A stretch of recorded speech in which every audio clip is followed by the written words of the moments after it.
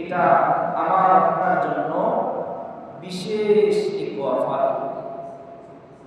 দেখেন বিভিন্ন সময় বিভিন্ন সুপার শপে 50% ডিসকাউন্ট দেয়, দেখেন না?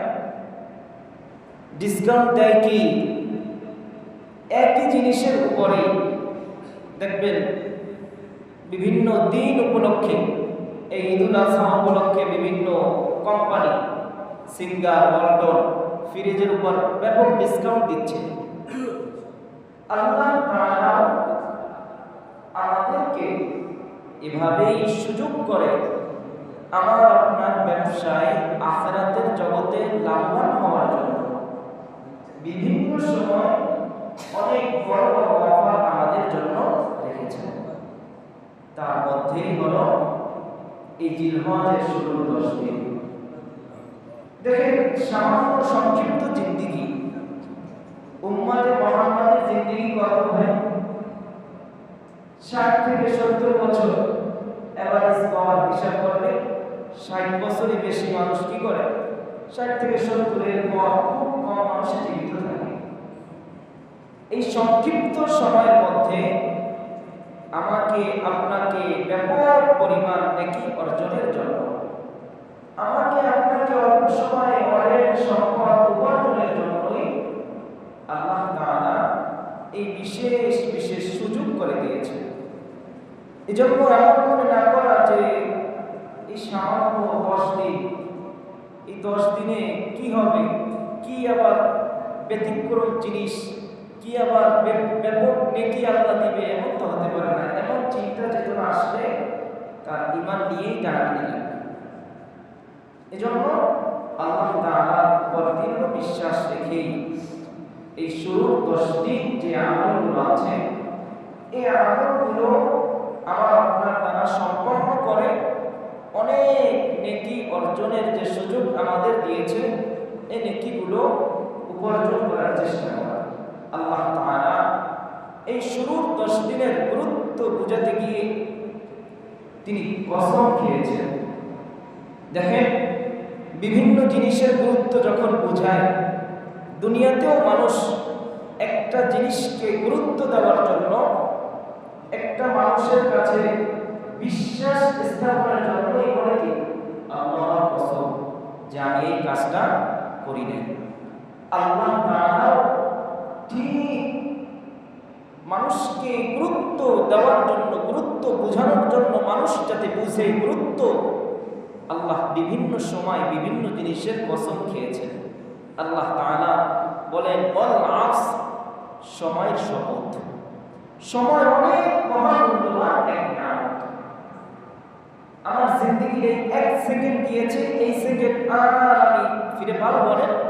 আমার দ্বারা আর সম্ভব না। আল্লাহ তাআলা এভাবে সময়ের কসম খেয়ে গুরুত্বপূর্ণ কয়েকটা বিষয় বলেছেন। ইল্লাল্লাযীনা আমানু ওয়া আমিলুস সালিহাত ওয়াল আসর ইন্নাল ইনসানা লাফী খুসর।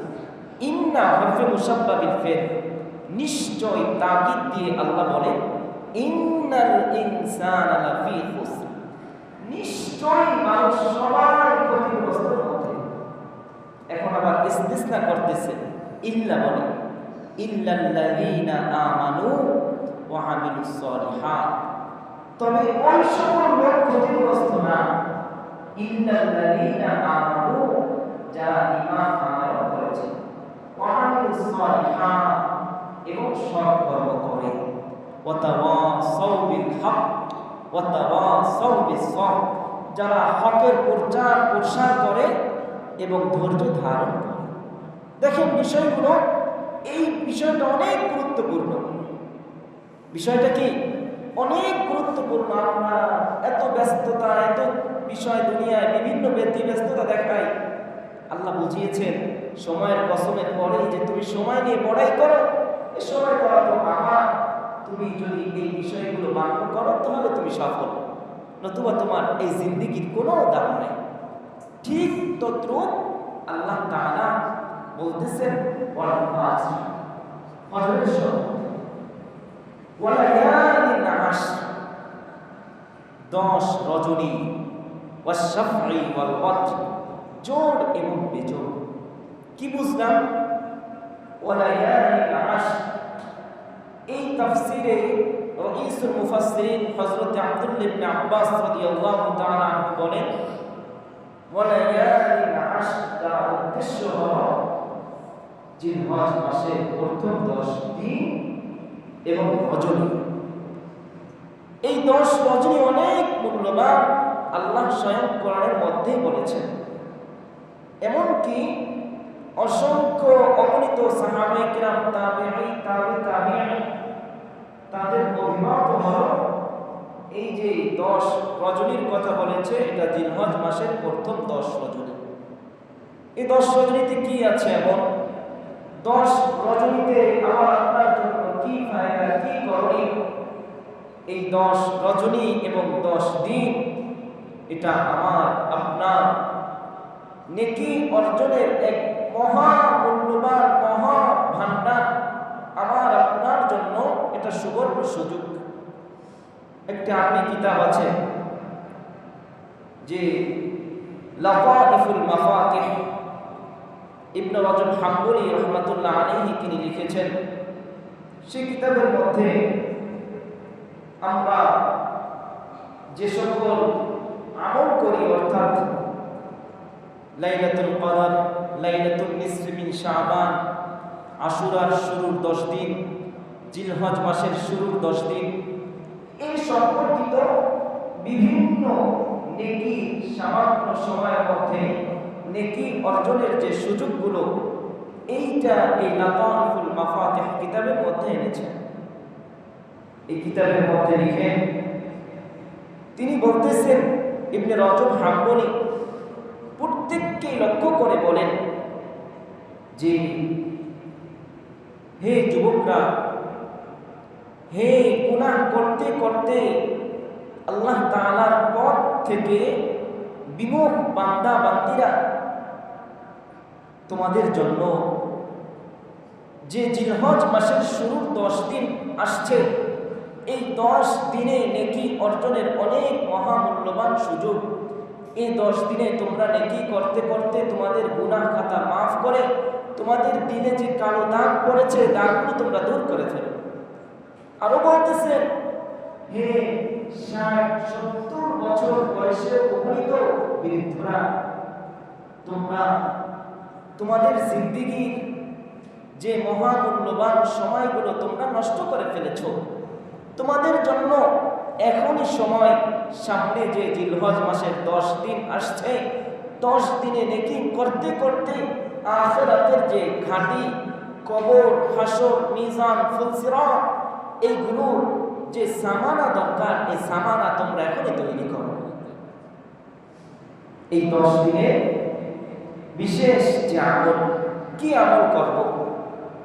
রাসূলুল্লাহ সাল্লাল্লাহু আলাইহি ওয়াসাল্লামের বাতলানো আমল হলো, এই 10 রজনীর মধ্যে অন্যান্য রজনীতে যেমন আমরা ইশার নামাজ পড়ে খাবার খেয়ে ঘুমিয়ে পড়ি, ফজরে উঠি, এই 10 রজনীর মধ্যে আমাকে আপনাকে আল্লাহর রাসূল সাল্লাল্লাহু আলাইহি ওয়াসাল্লাম তালিম করে গিয়েছেন।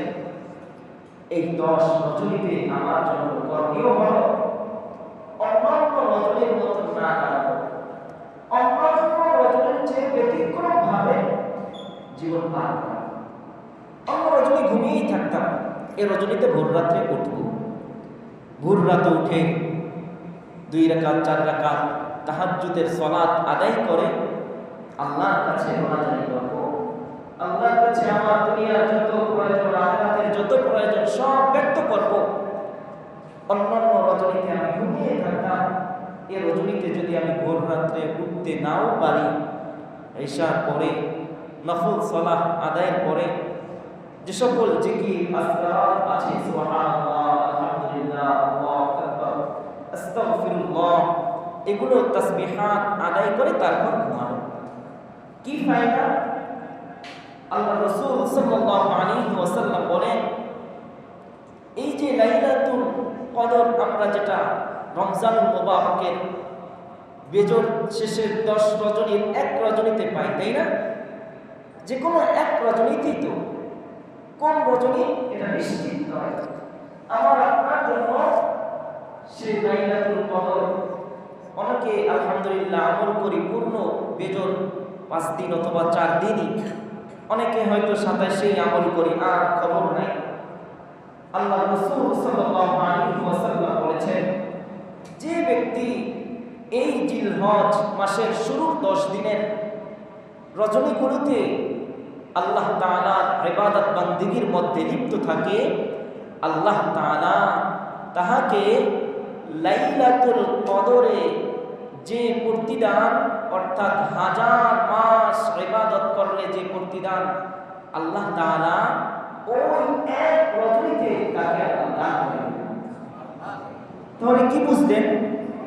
10 রজনীতে যদি আমল করি, আমার আপনার জিন্দেগিতে 10টি লাইলাতুল কদরের যে নেকি আল্লাহ অবশ্যই অবশ্যই লিপিবদ্ধ করে দেবেন।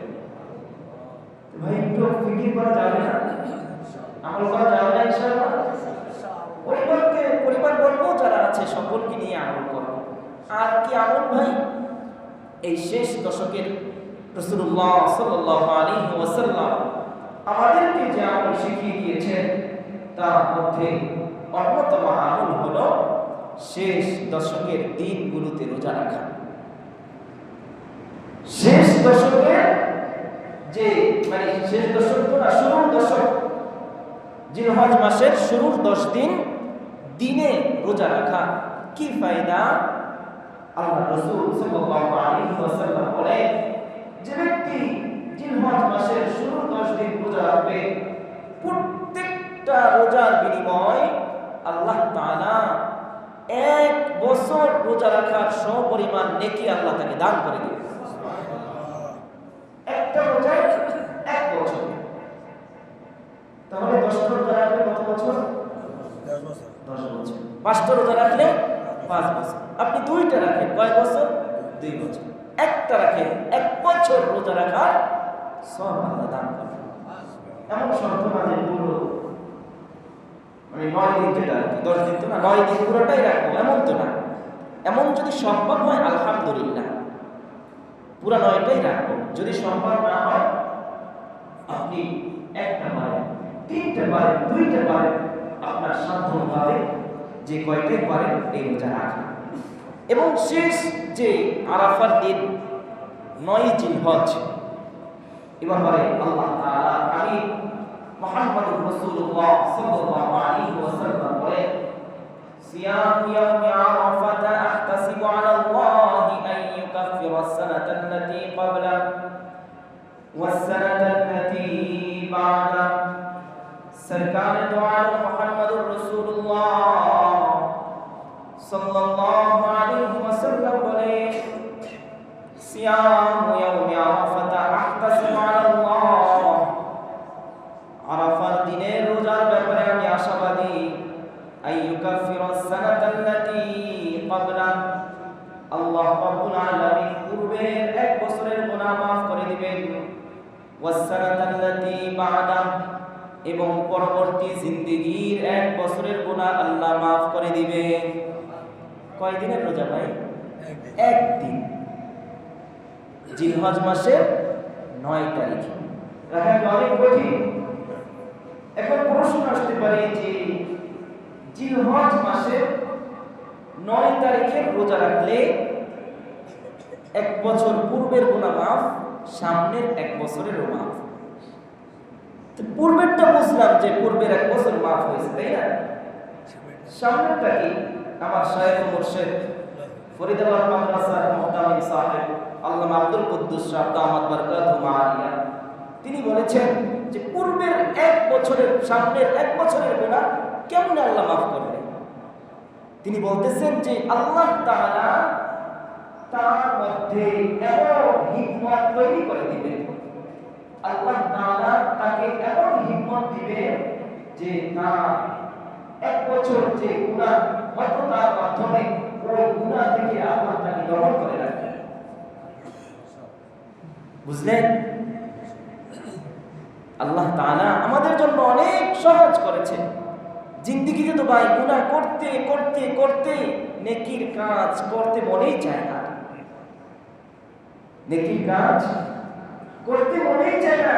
যখন হুজুরের বয়ান শুনি তখন মন চায় যে আজ থেকে কি ভালো হয়ে যাব, আর খারাপ কাজ করবো না।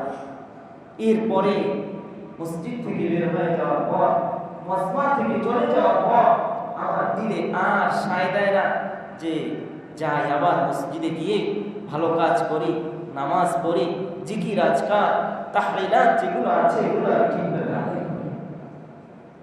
বলতেছিলাম জিলহজ মাসের শুরুর 10 দিনের আমল কি ভাই?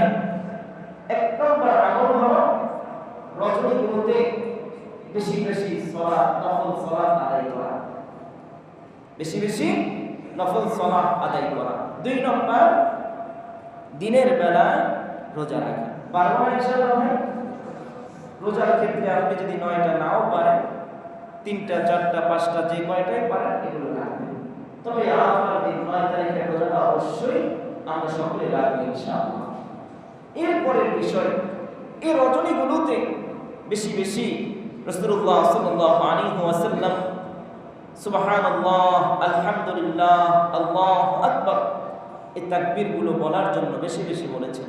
এমন কি আল্লাহু আকবার, আল্লাহু আকবার, লা ইলাহা ইল্লাল্লাহ, আল্লাহু আকবার, আল্লাহু আকবার, ওয়ালিল্লাহিল হামদ, এই আমলটা সকল নারী এবং পুরুষের জন্য, বালেগ সকল নারী এবং পুরুষের জন্য ওয়াজিব করে দিয়েছেন। জিলহজ মাসের 9 তারিখের ফজরের নামাজ থেকে নিয়ে জিলহজ মাসের 13 তারিখ আসরের নামাজ পর্যন্ত এই তাকবীরটা বলা কি ওয়াজিব। তাহলে 3 নম্বর আমল, এই 10 দিনে বেশি বেশি জিকির করব। কি করব? জিকির করব। সুবহানাল্লাহ, আলহামদুলিল্লাহ, আল্লাহু আকবার, ইনশাআল্লাহ। চতুর্থ আমল, এই 10 দিন আমার আপনার জিন্দেগীর নেকি অর্জনের বিশেষ সুযোগ আমাদেরকে আল্লাহ তাআলা অনেককে অনেক সম্পদ দান করেছেন। সম্পদশালী হওয়া এটা খারাপ কিছুই না, এটা অনেক ভালো জিনিস। দিনের উপর থেকে সম্পদ উপার্জন করলে এর মাধ্যমে আপনার দিনের অনেক খেদমত হবে। হালালভাবে উপার্জন করেন, কোনো সমস্যা নেই।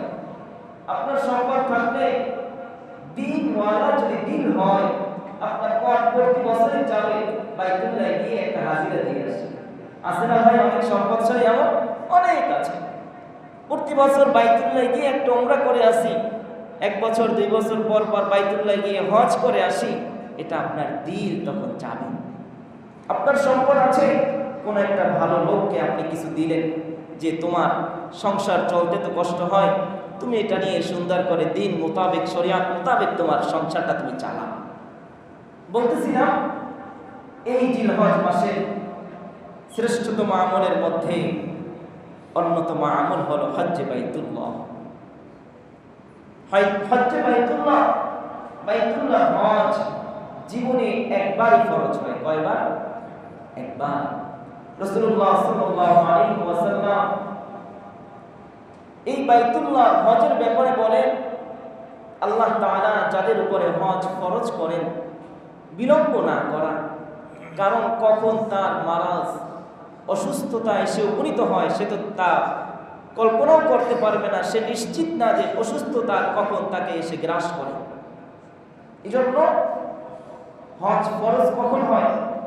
কেউ সম্পদশালী হয়েছে, মনে করেন সাপোজ বোঝায় 10 লক্ষ টাকার মালিক হয়েছে, 10 লক্ষ টাকার মালিক হয়, আমি মনে করেন এই 1-2 মাসের মধ্যে, এই কয়েকদিনের মধ্যে 10 লক্ষ টাকা আমার হাতে এসেছে, আমি মালিক। এখন হজ্জে বাইতুল্লাহর জন্য হয়তো 6 লক্ষ টাকার মতন আমার খরচ হতে পারে, আর 2 লক্ষ টাকা আমি হজে সফরে থাকবো, 1 লক্ষ টাকা 50,000 টাকার মতন বাসা বাড়ির খরচ আদি লাগবে। মোটামুটি আমার এই যে যাতায়াতের খরচ এবং হজের সফরে থাকাকালীন পরিবারের যে সকল যাবতীয় খরচ আছে, এই খরচ আদি পূর্ণ করে যে সকল বিষয় যার প্রয়োজন, এই প্রয়োজনগুলো যদি কারো কাছে থাকে, অর্থাৎ এই সামর্থ্যটুকু বাইতুল্লাহ সফরের খরচ এবং সফরে থাকাকালীন পরিবারের সরঞ্জামাদি খাওয়া আদি যেগুলো প্রয়োজন এগুলো যদি থাকে, তারপরে হজ ফরজ। বুঝতেছেন? হজ ফরজ ভাই। হজ অনেক মহামূল্যবান একটা ইবাদত। 5 স্তম্ভের মধ্যে অন্যতম স্তম্ভ। আপনি নামাজ যেমন গুরুত্ব দেন, হজকেও গুরুত্ব দিতে হবে। হজ যৌবনকালে করলে, আপনাকে যদি সামর্থ্য দেয় যৌবনকালেই যান। আমরা অনেকে মনে করি যে এখন তো যৌবনকাল, হজে গেলে তো আর খারাপ কাজ করতে পারবো না। হজে যখন যাব তখন তো আমার নামের সাথে হাজী সাহেব লাগবে, আমার তখন খারাপ কাজ করা তো আমার দ্বারা সায় দিবে না। আরে ভাই, আপনি যৌবনকালে নিয়েই তো ভালো হওয়ার আপনার এই যে মহা সুযোগ আসছে, এটা আপনার জন্য অনেক মহা সৌভাগ্যবান যে আপনি যৌবনকালেই ভালো হতে যাচ্ছেন, ভালো হয়ে যাচ্ছেন। আপনার বৃদ্ধ বয়স পর্যন্ত হায়াত পাবো কিনা তাও তো জানি না। আমাকে মনে করেন আল্লাহ আজকে 10 লক্ষ টাকার মালিক বানিয়েছে, আমি হজ করি নাই, কি জন্য? যে আরো কিছু সম্পদ হোক, এরপর আস্তে আস্তে যায়। আমি যদি কালকেই মৃত্যুবরণ করি অথবা আগামী বছরে যদি দুনিয়ার থেকে চলে যাই, আমার উপর যে ফরজ বড় একটা জিম্মাদারি ছিল, এই জিম্মাদারি কিন্তু আমার কাঁধে বহন করে আমি পরলৌকিক জগতে পাড়ি জমিয়েছি, আমি ফরজ আদায় করি। এই জন্য হজ আদায় করা কি ফায়দা? আল্লাহ রাসূল সাল্লাল্লাহু আলাইহি ওয়াসাল্লাম বলেন, মান হাজ্জা লিল্লাহি ফালাম ইয়ারফুস ওয়া লাম ইয়াফসুক রাজাআ কায়াউমিন ওয়ালাদাতু উম্মুহু।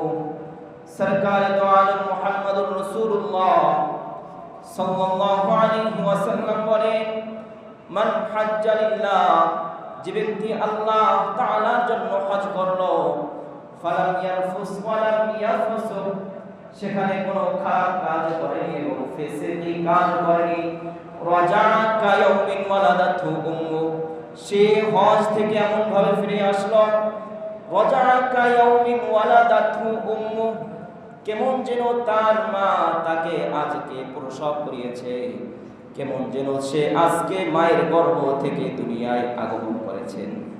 কি বুঝলেন? হজ করার অনেক মহামূল্যবান ফজিলতের মধ্যে এটা অন্যতম। আপনি হজ করবেন, আপনার আমলনামা শূন্য। এখন প্রশ্ন আছে যে হুজুর কইছেন ঠিকই আছে, অন্যের হজ যতগুলো মারছি সব ওইভাবেই থাকবে, যাই হজে আল্লাহ ভরসা না।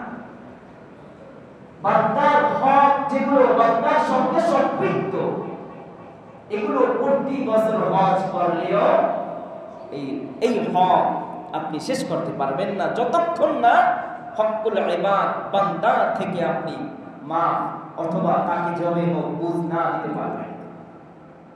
বুঝলেন? আপনার বোন আপনার কাছে সম্পত্তি পায়, আপনি দেননি। আপনার শক্তি ছিল, অনেক ক্ষমতার অধিকারী ছিলেন, আপনার পাশের প্রতিবেশীর জমি 1 বিঘত ঠেলে আপনি খুঁটা গেড়ে পিলার করে বিল্ডিং নির্মাণ করে ফেলছেন। এটা কি ভাই? হকুল ইবাদ। এটা কি? হকুল ইবাদ। বান্দার হক মাফ করার ক্ষমতা আল্লাহ তাআলার। বান্দার হক এমন এক জিনিস, আজকে দিলকে বুঝান, বুঝাইয়া বান্দার হক যার যেখানে যেটা নষ্ট করছেন আজকে দিয়ে আসেন, আপনি ঠকবেন না। কি? বান্দার হক আদায় করলে আপনি ঠকবেন না, আপনি জিতবেন।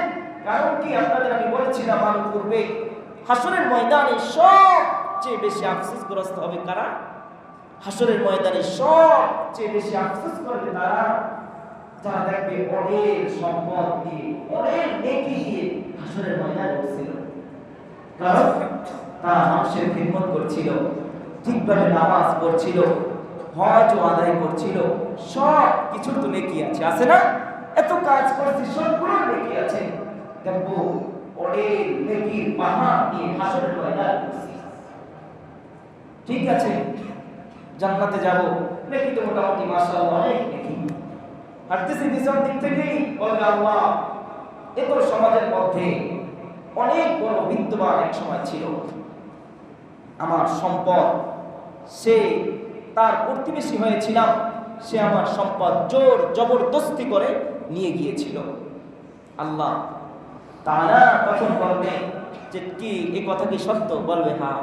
বলবে ঠিক আছে, তাহলে তুমি তাকে তার সম্পদ প্রাপ্য বুঝিয়ে দাও। সে কি করবে? জমি দিবে তখন? কি বলেন ভাই? জমি দিবে না টাকা দিবে? কি দিবে? নেকি দিবে।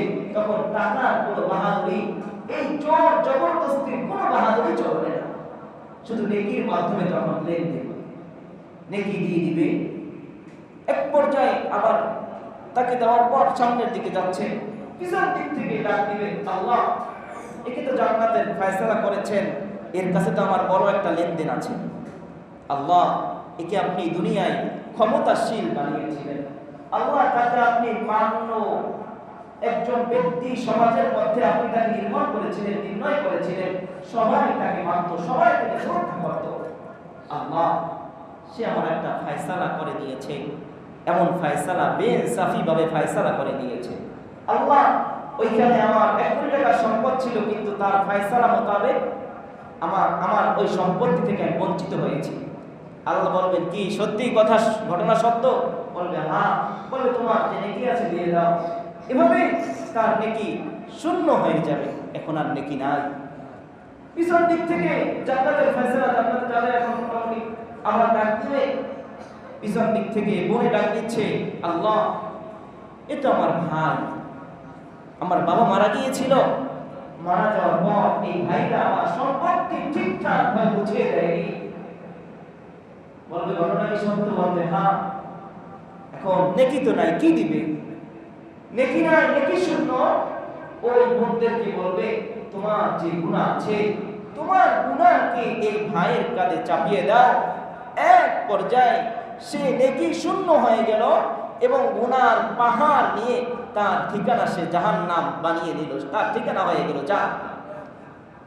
রাসূলুল্লাহ বলে এই বান্দা বান্দি হাসরের ময়দানে সবচেয়ে বেশি আফসোসগ্রস্ত হবে, এরা সবচেয়ে বেশি আফসোস করবে। অনেক নেকি নিয়ে উঠছিল, কিন্তু এই নেকির কারণে তারা জান্নাতে যেতে পারে না।